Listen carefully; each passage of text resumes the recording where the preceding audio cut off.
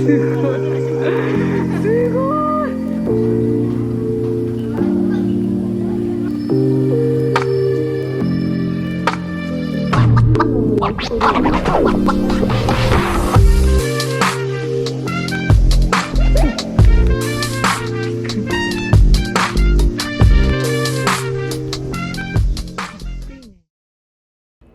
佐渡島と聞いて皆さんはどんなイメージを持っていますでしょうか。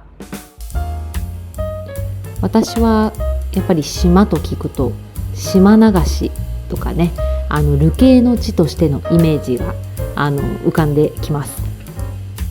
実際ですね、佐渡島は中世の頃より流刑地の場所として定められていたわけであります。島流しされてきた人々というのは今でいう思想犯とか政治犯のような人たちでした。ですので私たちが想像するかもしれない悪党とか輩というよりかは、どちらかというと洗練された知識人とかを思い浮かべていただいた方が現実に近いと思います。今日はですね、そんな佐渡島に流された人々の中でも最も有名なトップ3をご紹介したいと思います。エントリーナンバー1、順徳上皇。時は鎌倉幕府時代、それまで天皇や朝廷を中心としてきた社会でしたが、侍が力をつけつつあります。で、侍が今度は世の中を動かす社会に時代が変わっていく中で、侍に政治など任せておけんと立ち上がった元天皇たちがいました。その一人に順徳上皇がいます。で、結果は侍に敗れ、順徳上皇はここ佐渡島に流されてきます。続いてエントリーナンバー2、日蓮上人。南妙法蓮華経でおなじみの日蓮宗の開祖、鎌倉幕府を批判したとして佐渡島に流されてきます。最後はエントリーナンバー3、世阿弥。室町幕府3代将軍の寵愛を受け、我々が今想像する能というものはこの世阿弥の時によっても完成します。ですが、その後6代将軍に変わりますと、その将軍の怒りに触れ、ここ、佐渡島に流されてまいります。こういった人たちのことを学べる場所がこちら、佐渡歴史伝説館です。佐渡の歴史や伝説を等身大のロボットがリアルに再現してくれます。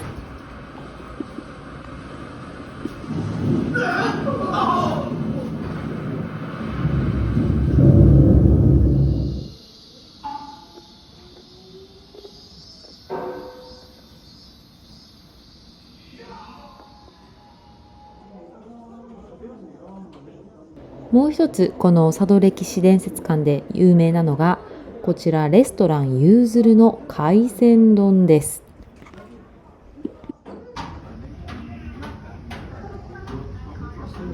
上の海鮮をどけてもどけてもご飯になかなかたどり着かないっていうぐらいたくさん、具が乗っています。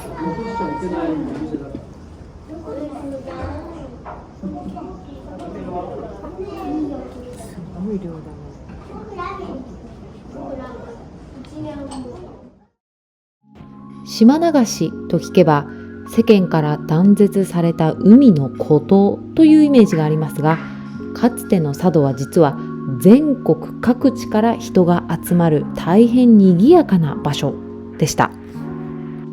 どういうことか。一つには佐渡には金山があったからです。金を求めて日本から多くの人がここ佐渡にやってきました。この金山周辺の集落を相川というんですけれども、この相川には当時5万人もの人々が住んでいたそうです。今の佐渡の人口が約5万人ですので、いかにこの相川集落が賑やかな場所だったかということがお分かりいただけるかと思います。そしてもう一つの場所、宿根木と言われる集落があります。ここはですね、江戸時代北前船の寄港地でありました。かつての佐渡の富の3分の1はここ宿根木に集まったと言われるほど大変賑やかな町でした。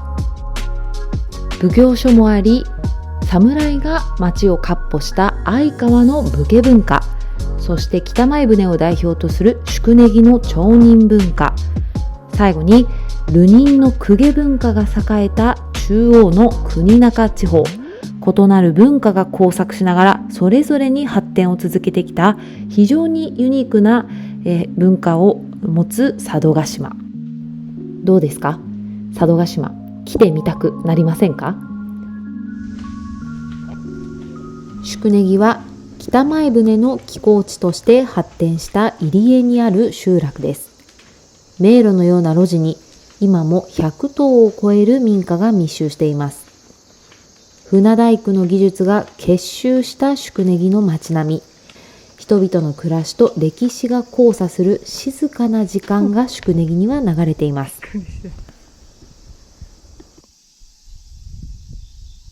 こいいね、お主。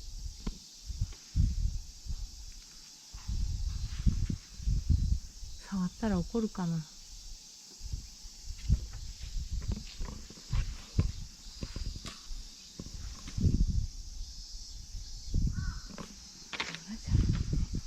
あまり邪魔しないでおこう。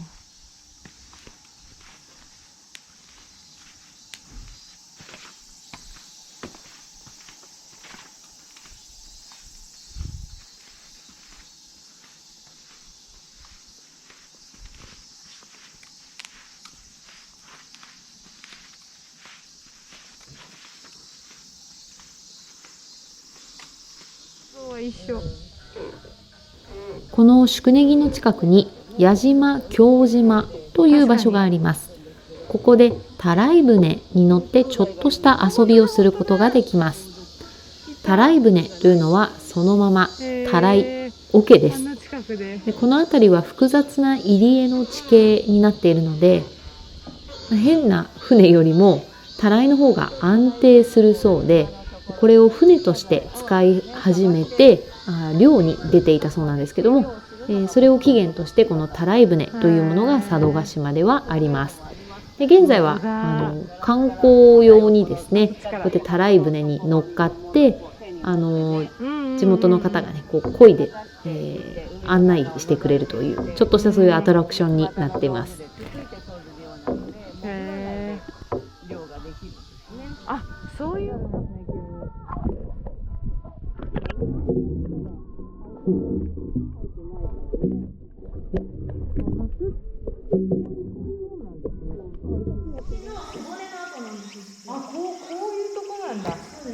私が最後にやってきたのはこちら、佐渡多々講館です。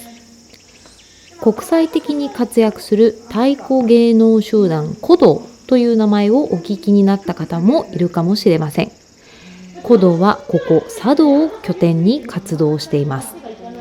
そんな鼓童が運営しているこちらの多々講館では太鼓を叩く経験をさせてもらいます。まずは私のへっぴり腰の太鼓をお聴きください。ちゃんと受け止めてくれるの、山山くんは。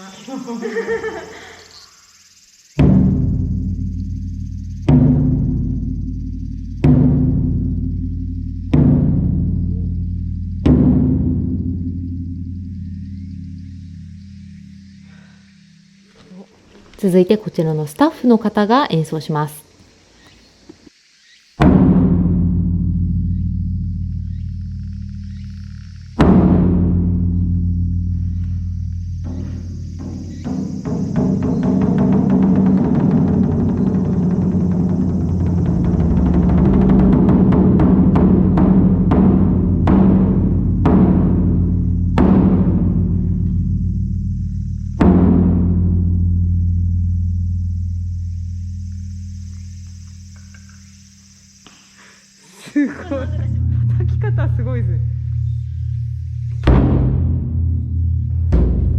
こちらの豪快に叩いてくれてるスタッフの方もですね、もともと出身は愛知県だそうです。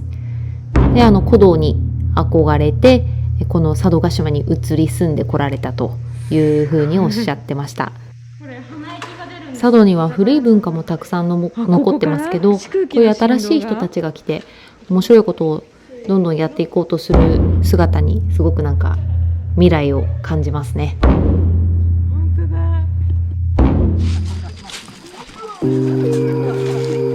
さて次回は夜の佐渡でサップ体験をご紹介したいと思います。ぜひお楽しみに。